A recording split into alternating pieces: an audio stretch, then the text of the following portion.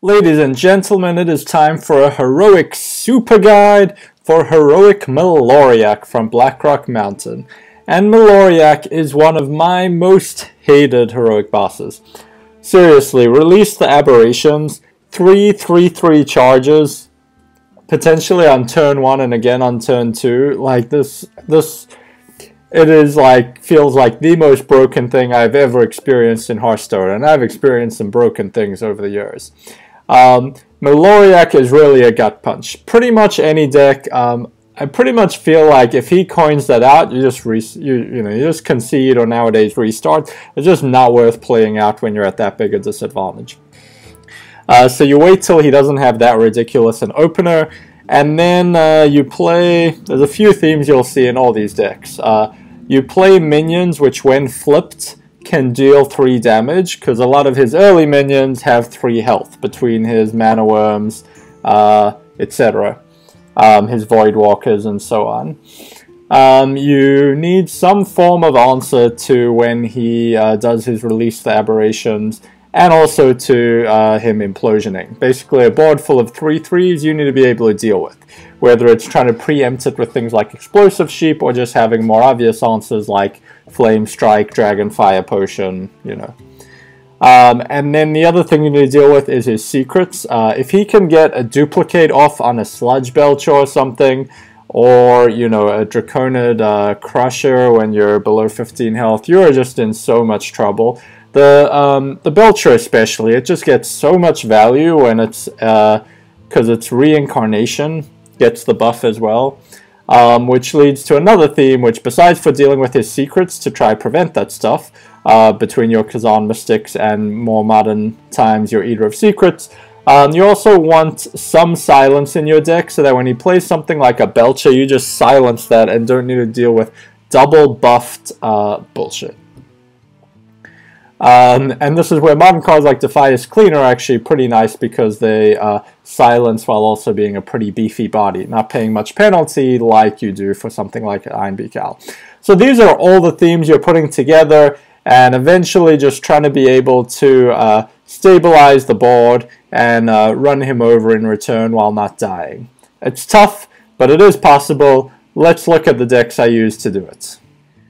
We'll start off with the sort of cheat I often use in modern times with Druid, which is get out and innovate Astral Communion, and then just be able to play huge things. We still have some tailored stuff like Khazan Mystics, but mostly we're just playing big things. This was before Ultimate Infestation, which you would definitely put in here to be able to reload on a bunch of tools. Deathwing to clear his board. Alexstrasza to heal you up, you know, huge things like Kel'Thuzad. Not going to go through the card by card. You can sometimes get off a nice Blood of the Ancient One combo either with those cards or the Faceless Manipulators. Nixia to just like fill the board with a lot of tools, Krakens to kill things, and of course the potential for the Aviana Coon combo once you've drawn a bunch of cards and then just play everything out. He definitely cannot deal with a big board. So if you can, you'll still die trying to do this, but if you can get a good lead ahead, get something really valuable out like Yashiraj or Foe Reaper, or Archthief for farm, you can get way ahead pretty quickly, and then you definitely have the game in your sights. Beyond that, what I would consider relative cheating, the fights are a lot tougher. Here's a Hunter deck we used at the time to beat him. It's pretty contingent on Molten Giants, that when you do get low, and man will you get low quick, you get these out. You can potentially taunt them out with Sun Furies, and then start going to town. You have the usual kind of utilities like a potential Unleash to help finish up a board that you're also trying to get an explosive trap off, or that you got your explosive sheep firing on. Oh, that's not actually in this deck. A little surprising to me, but yeah. But you can, build up a Scavenging Hyena. Misdirection will have his minions hit each other, hopefully.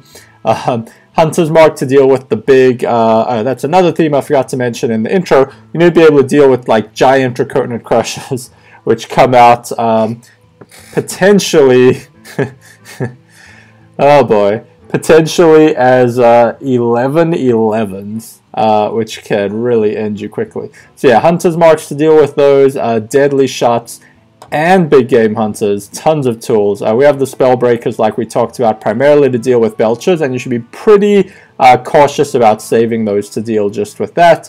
And you'll still need a lot of luck with this. You'll need everything. The problem is, like, your deck will include answers to his threats, but pretty much have to line up perfectly. If he plays one big threat, you know, a belcher you can't silence, a Draconic Crusher you don't have a removal for, one big threat that you don't have the answer for, and you're dead. So your answers need to keep lining up. You need a lucky draw, especially with these older decks that have fewer tools, and a lot of luck. What can you do? The Mage deck we used at the time is similar. We have early drops, which can punch 3 damage into his early minions, Flame Cannons and Frostbolts to remove them reliably. Counterspell is a very nice option you have in Mage to be able to preempt his released aberrations. If you can just stop that from hitting the board, man, does that save you a world of grief. And then some cards to help you snowball, like Flame Wakers, Flame Strikes to be able to deal with the board. But what I actually want to say was Flame Wakers and Antonidas give you the potential to be able to start snowballing. If he can't deal with your Antonidas, having a long stream of fireballs before he can finally remove it will really put you in a good spot. Again, this one only runs 1 Spellbreaker, which is probably a bit low, and 1 Molten Giant. But we have big game hunters to deal with his giant threats. Mirror Entities are a very nice tool in Mage because you actually do copy the buff. So you might be able to get off like a Mirror Entity on a giant Sludge Belcher or a Draconic Crusher before you Spellbreaker it yourself or big game hunter it.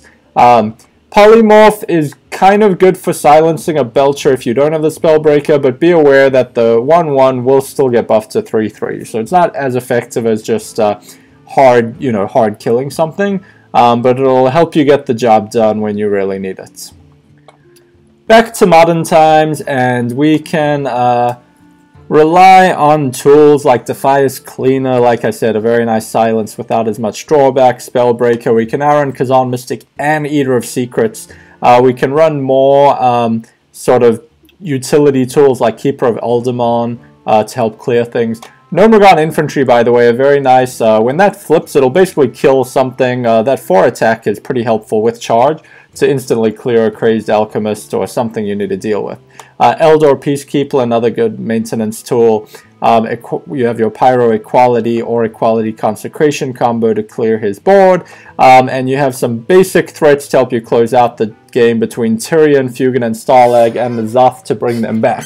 You'll notice this deck does not run Forbidden Healing, which is often a huge heal you put in, so you do need to get off to a good start and maintain board presence. It's more about dealing with his answers than recovering if you cannot deal with them. Priest, on the other hand, we give you the big recovery potential of Awaken the Makers, eventually giving you Amara to be able to set your health back to 40. So obviously if we're doing that, we have a bunch of Death Rattle. Volatile Elemental doesn't have 3 attack, but does deal 3 damage to something random. So together with Zombie Chow are good potential early answers to his board. Death for the Draconic Crushers. Secrets maintenance again. Master Spell, if he does generate a decent size board, can be great for getting rid of all those buffs at once, silencing Sludge Belcher, etc. It's a bit more general purpose. You have your spell breakers to be able to silence a Sludge Belcher, but this basically does the same. It doesn't get your body, but it does draw your card and potentially, debuff some other minions he has out at the same time. BGHs as well as the deaths for the big guys. Quite a bit of AoE between Excavated Evils and Dragonfire Potions, and some other utility death rattles to help you get there. Rogue has similar themes. It includes some a Pit Snake early on to just be able to deal with stuff more reliably as well. Betrayal, if he does have a few things out, can be very effective. Pretty much similar removal, a bit more poison. We put in a Stubborn Gastropod too, relying more on the poison theme, which kind of fits with Rogue. Gnomeregan Infantry, spell management, silencing, And you'll notice this is very reactive. There's very little in the way of being able to kill him.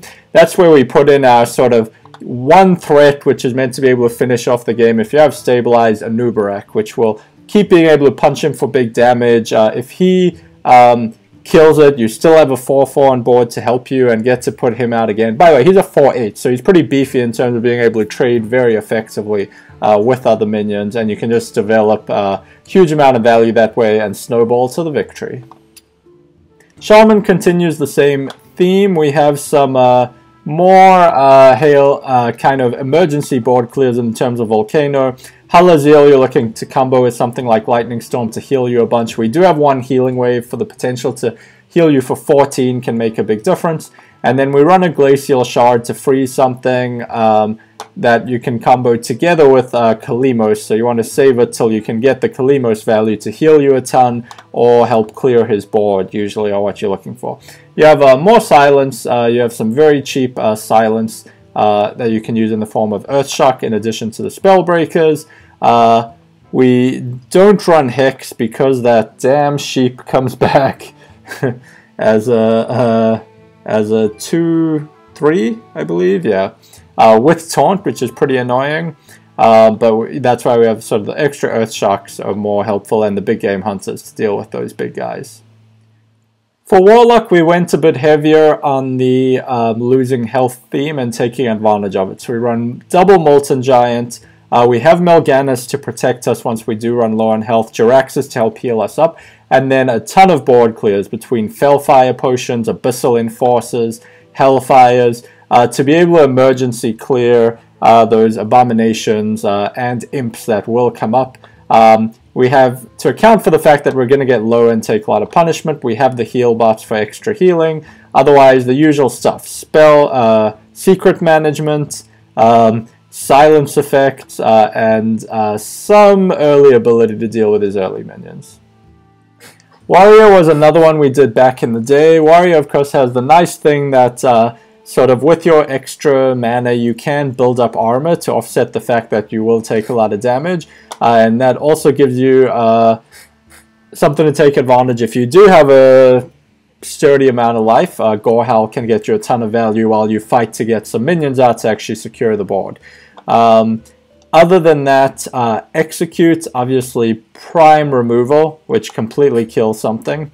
You don't need, not like Polymorph or something where you're leaving a body behind.